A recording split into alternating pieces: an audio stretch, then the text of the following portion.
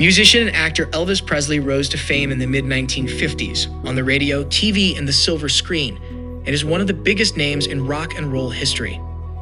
Elvis Presley came from very humble beginnings and grew up to become one of the biggest names in rock and roll. By the mid-1950s, he appeared on the radio, television, and the silver screen.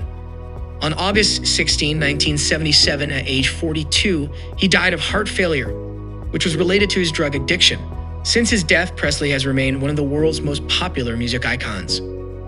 Elvis Aaron Presley was born on January 8, 1935, in Tupelo, Mississippi. He later changed the spelling of his middle name to the biblical form of Aaron. Presley was supposed to be a twin, but his brother, Jessica, sometimes spelled Jesse, was stillborn. From very humble beginnings, Presley grew up to become one of the biggest names in rock and roll. Raised by loving working-class parents, Presley's family had little money, and they moved from place to place frequently. He was deeply devoted to his parents, especially his mother, Gladys, and was raised to have a strong faith in God.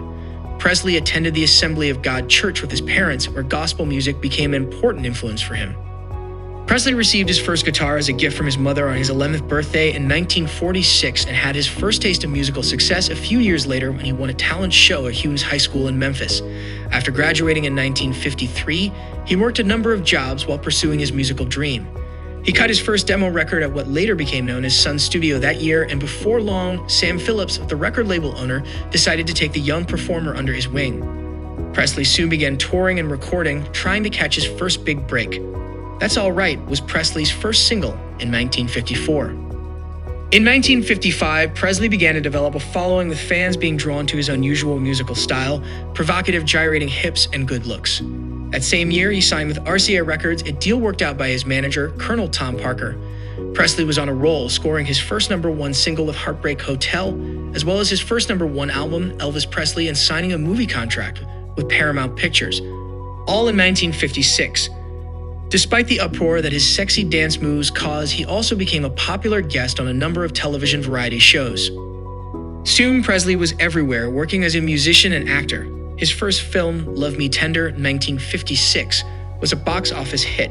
Even a stint in the U.S. military couldn't put a damper on Presley's thriving career.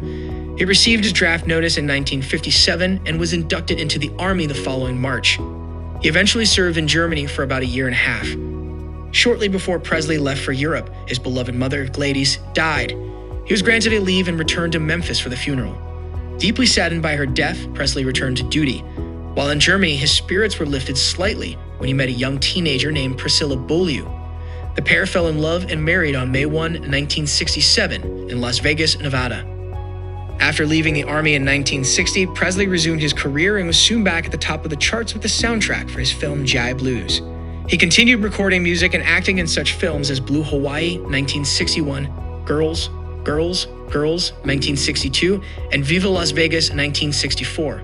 Though his films were often hit or miss with both critics and audiences, they brought in a profit and the soundtracks usually sold well. By the late 1960s, however, the enigmatic performer appeared to be losing his box office appeal. Proving he was still the king of rock and roll, he recorded his first TV special in 1968, often referred to as the 68 comeback. He wowed audiences with his performance, which showcased his talents as a singer and a guitarist. Around this time, Presley's personal life also seemed to be on an upswing.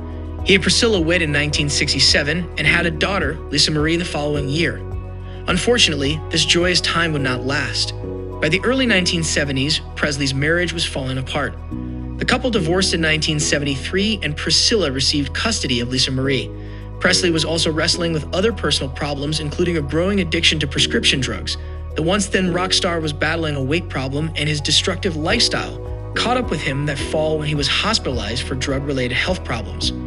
Despite his personal obstacles, Presley remained a popular draw in Las Vegas and on tour.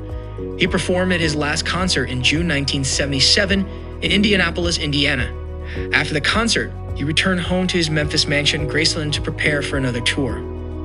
On the morning of August 16, 1977, Presley died of heart failure at the age of 42.